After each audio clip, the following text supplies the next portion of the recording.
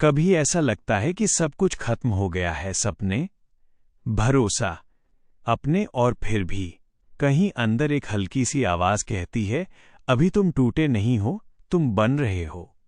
आज की कहानी उसी आवाज की है जिसे हम शिव तत्व कहते हैं। शाम का समय था, सूरज ढल चुका था, आसमान में हल्की नीली उदासी फैल चुकी थी। आरव मंदिर के सामने सीढ़ियों पर चुपचाप बैठा था। वो पूजा करने नहीं आया था, वो भाग कर आया था। दुनिया से, लोगों से, खुद से। उसकी नौकरी चली गई थी, दोस्त दूर हो गए थे, घर में उम्मीदें थीं और वो खुद अंदर से खाली। उसे लगता था, शायद मैं ही गलत हूं, शायद मैं ही कमजोर हूं। उसकी आंखों में आंसू थे, पर वो रो भी नहीं पा रहा था। वो बस शिव प्रतिमा को देख रहा था, चुप, स्थिर, निर्विकार। उसे लगा, इतने शांत कैसे हो सकते हैं? और तभी अंदर से एक सवाल उठा, क्या शिव बाहर हैं या मेरे भीतर? आरव ने आंखें बंद की। उसे याद आया जब वो छोटा था, हर असफलता पर उसके पापा कहते थे, गिरना गलत नहीं, वहीं पड़े रहना गलत है। पर इस बार वो गिरा नहीं था, वो बिखर गया था। उसने खुद से कहा, भगवान, अगर आप हो तो मुझे रास्ता दिखाओ।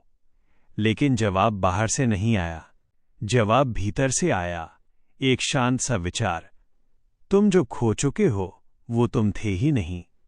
उसने महसूस किया उसकी पहचान नौकरी नहीं थी, उसकी कीमत दूसरों की स्वीकृति नहीं थी। उसकी असली शक्ति वो थी जो अभी भी टूटकर भी सांस ले रही थी। और तभी उसे समझ आया, शिव का अर्थ सिर्फ एक देवता नहीं, शिव है, चेतना शिव है, विनाश के बाद सृजन शिव है, अंत के बाद आरंभ। शिव ने भी तो सब कुछ त्यागा था, सामान्य जीवन नहीं चुना, श्मशान को अपना स्थान बनाया। क्यों? क्योंकि शिव सिखाते हैं, जहां सब खत्म होता है वहीं से असली शुरुआत होती है। आरव ने सोचा, अगर सब कुछ चला गया है तो अब खोने को क्या बचा है? और वहीं से डर खत्म होना शुरू हुआ। शिव का तीसरा नेत्र क्या है? विनाश नहीं, सच देखने की क्षमता। जब सच दिखता है तो भ्रम जल जाते हैं। आरव को देखा, वो लोगों की उम्मीदों के बोझ में जी रहा था, वो खुद को साबित करने की दौड़ में था। और आज जब सब छिन गया तो वो पहली बार खुद से मिला। मंदिर में घंटी नहीं बजी, कोई आरती नहीं हुई, कोई मंत्र नहीं, बस मौन था। और उस मौन में उसे अपने दिल की धड़कन सुनाई दी, धीरे, मजबूत, जिंदा। उसने महसूस किया, शिव बाहर की आवाज नहीं, भीतर का संतुलन है। जब सब कुछ हिल जाए और फिर भी तुम शांत रह सको, वही शिव तत्व है।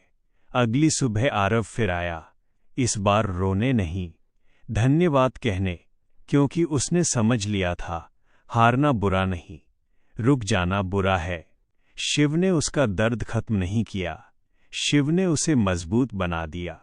उसने नया काम ढूंढना शुरू किया, नई दिशा सोची, नई कोशिश की। लेकिन इस बार फर्क था, अब वो डर से नहीं, विश्वास से चल रहा था। अगर आज आप भी थके हुए हो, टूटे हुए हो, अकेले हो, तो याद रखो, शिव तुम्हें बचाने नहीं आएंगे, वो तुम्हें जगाएंगे ताकि तुम खुद को बचा सको। जब सब खत्म लगे तो समझ लेना, पुराना जीवन खत्म हो रहा है, नया जन्म लेने वाला है। शिव तत्व वही है जो राख से भी खड़ा हो जाता है। शाम ढलती है ताकि सुबह हो सके, दर्द आता है ताकि शक्ति जाग सके, और शिव मौन रहते हैं ताकि तुम अपनी आवाज सुन सको। आज अगर जिंदगी ने तुम्हें तोड़ा है तो घबराना मत, तुम टूट नहीं रहे, तुम बन रहे हो। अगर इस कहानी ने आपके दिल को छुआ हो तो आज बस एक काम कीजिए, आईने में देखिए और खुद से कहिए, मेरे भीतर शिव है, मैं हार नहीं सकता। हर शाम याद रखिए, अंधेरा स्थायी नहीं होता, और जब तक भीतर शिव तत्व जिंदा है, कोई हार अंतिम नहीं होती। अगर आज आपको थोड़ी भी शक्ति मिली हो तो जुड़े रहिए इस शिव परिवार से। यहाँ हम चमत्कार नहीं, विश्वास जगाते हैं, क्योंकि जहाँ विश्वास है वहीं शिव हैं। हम फिर मिलेंगे एक नए शिव संदेश के साथ। हमसे इस शिव यात्रा में जुड़ने के लिए हृदय से धन्यवाद। हर हर महादेव।